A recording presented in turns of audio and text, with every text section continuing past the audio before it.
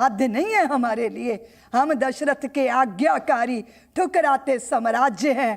कर्म योग ही हमें ग्राही है, विषय भोग सब त्याज्य है। ऋषियों मुनियों मित्रों के हित चले हमारे बाण हैं, रक्षणियों की रक्षा करते दुश्मन के लेते प्राण हैं। ये हमारी जाज्यवालमान परंपरा है जिसका स्मरण रखना चाहिए। और बाकी तो आप जानते हो कि प्राप्ति के लिए, कुछ प्राप्त करने के लिए संघर्ष, तप, त्याग और दान, ये तो हमारे रक्त में है। लेकिन ये बात जरूर है कि राजनीति का ऐसा विद्रूप रूप 90 में देखने को मिला। वो ऐसा सिर चढ़ के बोला लोगों के, वोट बैंक ऐसा आकर्षण हो सकता है कि आप राम जी के सत्य को निकार दो, आप राम भक्तों पे गोलियां चला दो और फिर बाद में वो महिमा मंडित भी होते हैं। ये तो राजनीति का चरित्र है दीपक भैया, उस पे तो मुझे बोलने का क्या फायदा है, विषाद ही होगा। और हमें क्यों आग उगलनी चाहिए? उस समय तो जरूरी था, उस समय तो मैंने आग बोई थी हृदयों में, उस समय तो पीड़ा बोई थी, बताया था कि अपमान है ये हमारा सामूहिक अपमान, जिसे हमें नहीं स्वीकार करना, हमें इसका प्रतिकार करना है और उसके लिए संगठित होकर कार्य करना है। बस यही भूमिका रही भैया। और ये भूमि जब ये कार्य पूरा हुआ, मैं चुपचाप अपने आश्रम में आ गई, अपने कार्य में लग गई। मेरा जो अपना कार्य है, मेरा जो अपना स्वभाव है।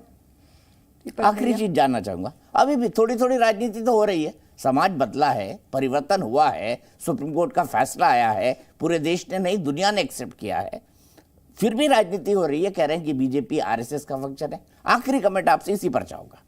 दीपक जी, जो हवन करेगा सुगंध उसको मिलेगी, जो इत्र लगाएगा वो स्वयं भी सुगंधित होगा, दूसरों को भी सुगंधित करेगा।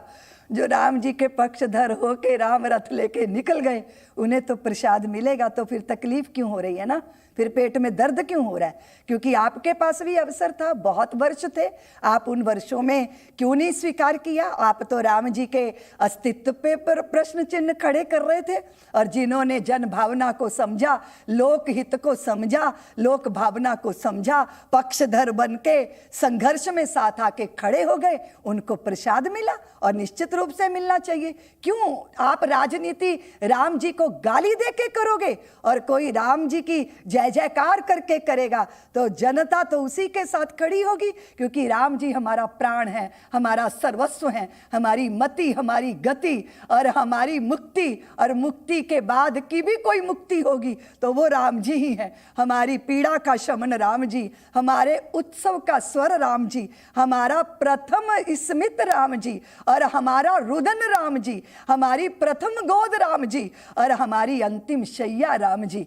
तो उस राम जी की व्यवस्था और परंपरा को गाली देने वाले, तो हमने उसी समय कहा था दीपक भैया कि जो हमारे राम का नहीं वो हमारे काम का नहीं। और भारतीय जनता पार्टी पक्षधर बनी, राजनैतिक ताकत मिली, शक्ति मिली, और भूमि पूजन पे दंडवत किया और अब प्राण प्रतिष्ठा कर रहे हैं। आपके पेट में क्यों दर्द हो रहा है? अवसर तो आपके पास भी था, आपने उस अवसर को अवसर नहीं समझा, आपने हिंदू समाज की भावना को कभी भावना नहीं समझा, आपने हमारी आस्था को मजाक उड़ाया और आज भी आप उन्हीं षड्यंत्रकारी भावों के साथ ही समाज के साथ, उसकी भावना के साथ खिलवाड़ करते हो।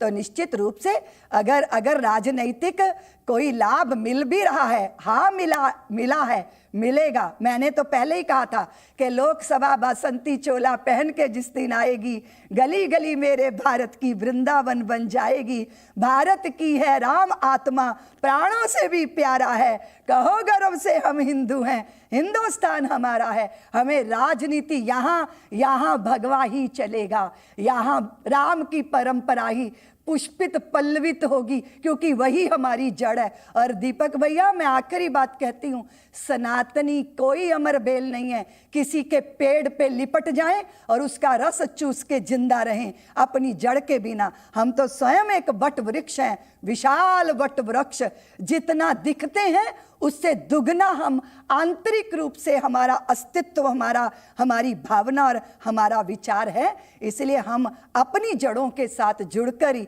भारत को भारत बनाए रखना चाहते हैं। भारतीय जनता पार्टी इसकी पक्षधर है, इसलिए वो सब सज्जन शक्तियों की आशीर्वाद की पात्र है कि वो भव्य भारत तो बना रहे हैं पर दिव्य भारत बनाने का भी योगदान कर रहे हैं। और दीपक भैया, धर्म हमें राम देते हैं, धर्म के माध्यम से हम श्री राम को पाते हैं, लेकिन राजनीतिक ताकत के साथ हम भव्य राम महल भी पा रहे हैं। ये दोनों का मिलन है, इसलिए हम इससे इनकार नहीं करते। अगर आप राम के पक्षधर हैं, भारतीय परंपरा को कोसने के अतिरिक्त आप देखो आंखें खोल के, अब भी देखो कि आप सत्य के साथ खिलवाड़ नहीं कर सकते। इसीलिए हाँ, हमें घी प्राप्त करने के लिए दधी का मंथन करना पड़ा, ये तो हमारी परंपरा है कि हमने जो है मंथन करके अमृत पाया, पर पहले जहर पिया, पर अमृत हम पा ही लेते हैं। तो भारतीय जगत, भारतीय समाज इन सब बातों को जानता है। और अगर बीजेपी की राजनीति दिखती है तो हाँ, राजनीति ऐसी ही होनी चाहिए, धर्म से अपलावित, सत्य से सुशोभित, साहस से सुरभित और एक एक जन के मन को धन्य करने वाली राजनीति ऐसी ही होनी चाहिए।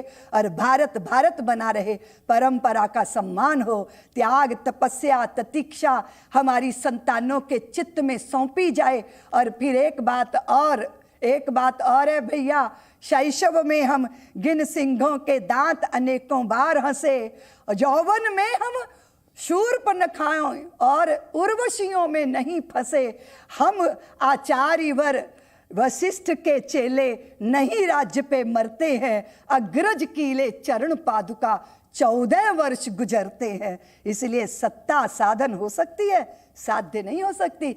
इस भाव के साथ भारत भारत है। और अब तो राम जी आ रहे हैं दीपक भैया, बिना राम के आदर्शों का चरमोत्कर्ष कहाँ है, और बिना राम के भारत भर में भारतवर्ष कहाँ है। राम जी आ रहे हैं 22 जनवरी को, और हम सब लोग आनंद उत्सव मनाएं, दिवाली से भी बड़ी दिवाली मनाएं। शौर्य का काम हो चुका, धैर्य के साथ रामत्व को अपने हृदय में धारण करके राम राज्य की संकल्पना पूरी करें। इसी भाव के साथ दीपक भैया मैं अपनी बात पूरी करती हूं। बहुत बहुत प्रणाम आपको। और मैं आपको एक बात बताऊं साध्वी जी, अगर आज मैं टीवी पे नहीं होता ना, तो आपका ये पूरा ये आपकी जो व्यथा और आपकी कथा और आपका जो संघर्ष है, आपकी जो मतलब किस तरह की यातना है, ये सुन के मैं वाकई रो देता। अगर एक एंकर का डिकोरम ना होता तो मैं वाकई रो देता था। धन्यवाद दीपक भैया।